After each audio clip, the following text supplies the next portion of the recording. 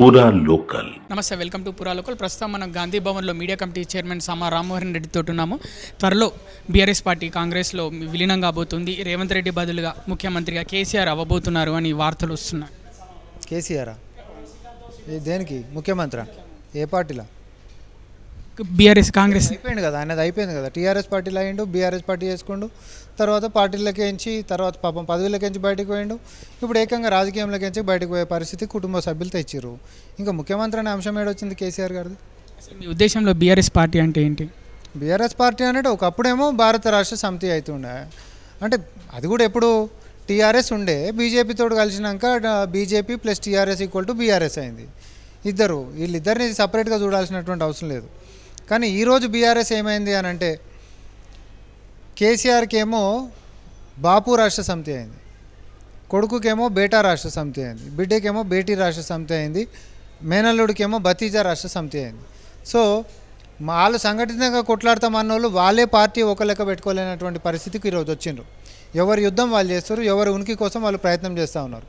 కాబట్టి వారి కుటుంబ రాజకీయ చదరంగంలో ఈరోజు కేటీఆర్కి హరీష్ రావు గారి మధ్యలో నువ్వా నేనా అనేటటువంటి ఒక స్థాయికి వచ్చిండ్రు. ఈ చదరంగంలో మొన్న కేసీఆర్ గారు కొడుకైనటువంటి కేటీఆర్ని ఎల్కతుర్తి సభలో రాజకీయ వారసుడి లెక్క ప్రత్యక్షంగా చెప్పకపోయినా పరోక్షంగా అన్ని సంకేతాలు ఇస్తూ పార్టీ పగ్గాలనే చేతిలో పెట్టిండు. మరి అట్లాంటప్పుడు ఇన్నేళ్ల సంది కష్టపడ్డటువంటి హరీష్ రావు పరిస్థితి ఏందని చెప్పి ఎమ్మెల్యేల మద్దతుండి ఎమ్మెల్యేలతో మమేకంగా సమైక్యంగా తర్వాత సానుకూలంగా వ్యవహరిస్తూ అందరితోటి కలిసికట్టుగా ఉండేటటువంటి హరీష్ రావు నాకు ఎమ్మెల్యేల మద్దతు కూడా ఉంది కాబట్టి, కేసీఆర్ గారు ఎటు అసెంబ్లీకి వస్తలేరు కాబట్టి ఆ ప్రతిపక్ష హోదా ఏదో నాకుంటే బాగుంటుందనే ఆలోచన నాకు పుట్టినట్టుంది. సో దానికి సంబంధించి ప్రయత్నాల్లో భాగంగా ఇదంతా పెంట పంచాయతీ అయ్యేటటువంటి దానికంటే ముంగటనే మరి కేటీఆర్ గారిని తన యొక్క ఇంటికి పంపించి, హరీష్ రావు గారి ఇంటికి పంపించి, ఇవన్నీ పంచాయతీలొద్దు, మనందరికీ బాసు కేసీఆరే కాబట్టి కేసీఆర్ గారు ఫస్ట్ మళ్ళీ ఒకసారి అధికారంలోకి వచ్చిన తర్వాత మనందరం చూసుకుందాం అనేటటువంటి సంధికి ఏదో ప్రయత్నాలు జరుగుతున్నట్టున్నాయి. కానీ హరీష్ రావుకి తెలియదా? ఫస్ట్ ఏమవుతుంది, ఈయనను వాడుకొని రేపు పొద్దున మల్లగిట్ట 10 ఏళ్ళకి అధికారంలో గిట్ట వస్తే నన్ను బయటకు నూకేస్తారు, కేటీఆరే రేపొద్దున పగ్గాలు తీసుకుంటాడు అనేటటువంటి స్పష్టత హరీష్ రావుకు ఉంది. కాబట్టి ఈయన ఒక పదవిని అడ్డం పెట్టుకొని నాకు ఈ పదవి కావాలి, మీకు నా మీద చిత్తశుద్ధి ఉంటే అని పెడుతుండు. ఈ పదవి ఇస్తే ఏమవుతుంది, ఈయన బలోపేతం అయిపోయి రేపొద్దున కేటీఆర్ సంగతి చూస్తాడు. సో వాళ్ళకి ఎట్లయిపోయింది అని అంటే అయితే నువ్వు లేకపోతే నేను అనేటటువంటి పరిస్థితి కాళ్ళు వచ్చిండ్రు. ఈరోజు హరీష్ రావు గారు కోరుకున్న పదవి గిట్ట వస్తే కేటీఆర్ రాజకీయ జీవితం మరి ఆగమ్య గోచరం తయారు కాబోతుంది. అదే సేమ్ కేసీఆర్ సంధి కోసం పంపిస్తే హరీష్ రావు ఏ పదవి లేకుండా ఇట్లనే కొనసాగితే రాజకీయంగా బలహీనుడైపోయి సొంత పార్టీలో కనీసం గుర్తింపు నోచుకోలేనటువంటి పరిస్థితికి రేపు పొద్దున పోతాడు. హరీష్ రావు వెనుకల వాళ్ళ పార్టీ ఎమ్మెల్యేలే చాలామంది ఉన్నారని చెప్తున్నారు. ఆ ఎమ్మెల్యేలతో సహా మీ పార్టీలోకి వస్తే మంత్రి పదవి ఇస్తారు హరీష్ రావుకి? అసలు మా పార్టీలో చేర్పించుకోవాలనేటటువంటి ఉద్దేశం ఉంటే ఈ పార్టీకి బీఆర్ఎస్ పార్టీ ఉండకపోవు కదబ్బా. ఆ ఉద్దేశం మా పార్టీకి లేదు కాబట్టి ప్రతిపక్షం నుండి కొట్లాడండి అంటున్నాం. మాకు ప్రజాస్వామ్యం అంటే విలువ ఎక్కువ. అసెంబ్లీలో అధికార పక్షంతో పాటు ప్రశ్నించే ప్రతిపక్షం ఉండాలని చెప్పి మేము అంటున్నాం. మేము విధానాలు గిట్ట ఏమైనా తప్పు చేస్తే నిజాలతో నీకు తేల్చండి అని చెప్పి మేము అంటున్నాం.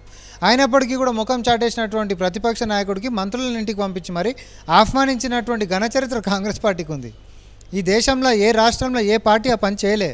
మేము ఇంటికి మంత్రుల్ని పంపించి మరి నువ్వు ప్రతిపక్ష నాయకుడివి, నువ్వు అసెంబ్లీకి రా, మేమేమైనా తప్పులు చేస్తే మాట్లాడుదురా, ఇది ప్రజల సభ, ప్రజలకు మేలు జరగనీక మనం పాటుపడదాం రా అనే చిత్తశుద్ధి కూడా మేమే చూపించినాం.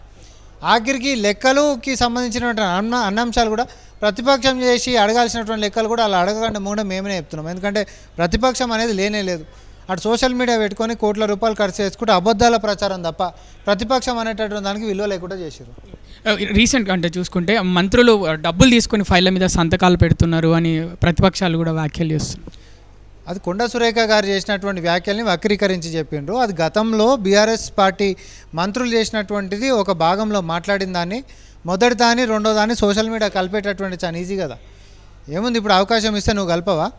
ఇప్పుడు కేసీఆర్ గారిని తర్వాత మోడీ గారిని ఎట్లా కావాలంటే అట్లా ఫోటోలు పెట్టవచ్చు కదా. నువ్వు వాళ్ళు చేస్తున్న పని కదా. మహిళల్ని మహాలక్ష్మి చేస్తామని చెప్పి ఇప్పుడు మహిళల్ని కోటీశ్వరాలు చేస్తామని చెప్పి తెలంగాణలో మహిళల్ని విదేశీ మహిళల కాళ్ళను అడిగిస్తున్నారని అంటున్నారు ప్రతిపక్షాలు. అంటే కళ్ళు ఉండి కనిపించలేనటువంటి కబోదులు చేసేటటువంటి మాటలు రాజకీయంగా కేవలం రాజకీయంగా విమర్శలు చేయాలి కాబట్టి ఏం దొరకక చేసేటటువంటి బాధ్యతారాహిత్యమైనటువంటి వ్యాఖ్యలు చేసేటటువంటి వాళ్ళు చేసేది. అది ఎవడో కాదు, బీజేపీ బీఆర్ఎస్ ఇద్దరు కలిసే చేసారు అది. ఎందుకంటే స్పష్టంగా వీడియో విజువల్ చూస్తే నీ ఛానల్లో కూడా వేసినావు, చూస్తే ఎవరి కాళ్ళు వాళ్ళు కడుకోరు. ఇప్పుడు మన ఇంటికి చుట్టాలు వస్తారు అబ్బా, వచ్చినప్పుడు ఏం చేస్తారు? నీళ్ళు ఇస్తారా లేదా కడుకోనీకే? అట్లాంటిది ప్రపంచ సుందరి పోటీల్లో పాల్గొననీకి వచ్చినటువంటి వాళ్ళకి ఇక్కడ కట్టుబాట్లు తెలియదు, సభ్యత తెలియదు, సాంప్రదాయం తెలియదు. అట్లాంటిది మన రాష్ట్రానికి పిలిపించుకొని ఈవెంట్ ఇక్కడ చేస్తున్నప్పుడు, ఒక గుడి దగ్గర ప్రోగ్రాం పెట్టినప్పుడు ఆ గుడి లోపలికి పోవాలంటే మన ఆచారం ఏంది? కాళ్ళు కడుక్కోవాలి. గుడి లోపలికి పోవాలంటే చీరకట్టుతో పోవాలి. అట్లాంటప్పుడు ఇక్కడ చేనేత వస్త్రాలు, పోచంపల్లికి సంబంధించినటువంటి వస్త్రాలు వాళ్ళతో కట్టించిపించి మన సాంప్రదాయాన్ని చూపించి, కాళ్ళు గడిపించి, మన సంస్కృతిని ఆచరింపజేపించి గుడి లోపలికి తీసుకొని పోయి దర్శనం చేయించేటటువంటి దాంట్లో తప్పు పట్టిర్రు అని అంటే మీకు చేతగాంది మేము చేసినామని. అంతే తప్ప ఒక్కరు అక్కడ ఏదో వెనకాలకించి నాప్కిన్ తీసుకొని ఇచ్చినప్పుడు ఆ మొంగింది, అది కూడా మనకు కనబడలే ఆ వీడియోలో. మీతో వాళ్ళందరూ కూడా, నువ్వు గెస్ట్ అనుకో, నీకు నేను ఫస్ట్ ఏమి ఇచ్చిన?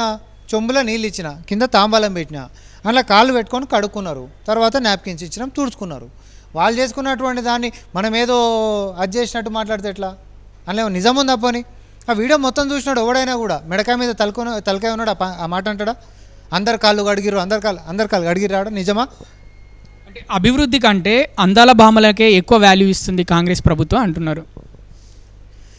అభివృద్ధి కంటే అందాల భామలకే ఎక్కువ ఇస్తుంది అని అంటే ఈరోజు ఫ్యూచర్ సిటీ డెవలప్మెంట్ అథారిటీ అయినా, 4th సిటీ అయినా, రికార్డు స్థాయిలలో ఇన్వెస్ట్మెంట్లని తీసుకొని వచ్చేటటువంటి దాంట్లో అయినా, రికార్డు స్థాయిలలో కొలువులను ఇచ్చేటటువంటి దాంట్లో అయినా, రికార్డు స్థాయిలలో మహిళలని ఆంట్రప్రెన్యూర్లు చేసేటటువంటి దాంట్లో అయినా, రికార్డు స్థాయిలలో డ్వాక్రా మహిళలను కూడా వ్యాపారాలలో, అంటే చిన్న ఉదాహరణ నేను చెప్తున్నా, ఆర్టీసీ బస్సులు గతంలో ఎవడన్నా కిరాయికి ఇస్తే ప్రైవేట్ వాడు ఇచ్చేటోడు, ఆ పైసలు ఏదైనా నడిపించినందుకు ప్రైవేట్ వాళ్ళకు పోయాడు. ఈరోజు ఏం చేస్తున్నాం?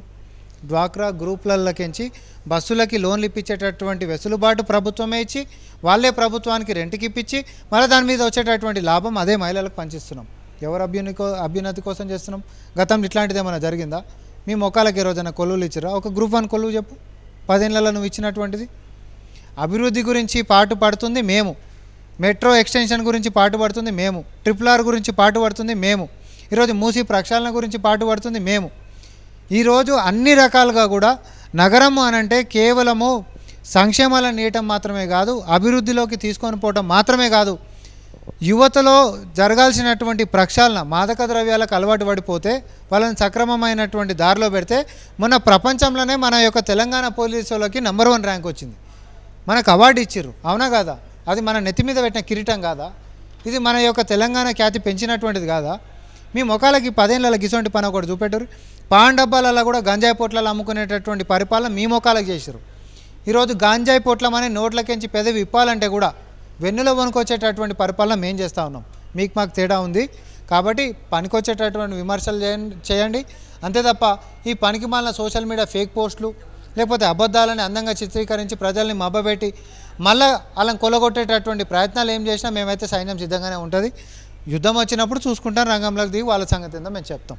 ఓకేనా, థ్యాంక్ యూ.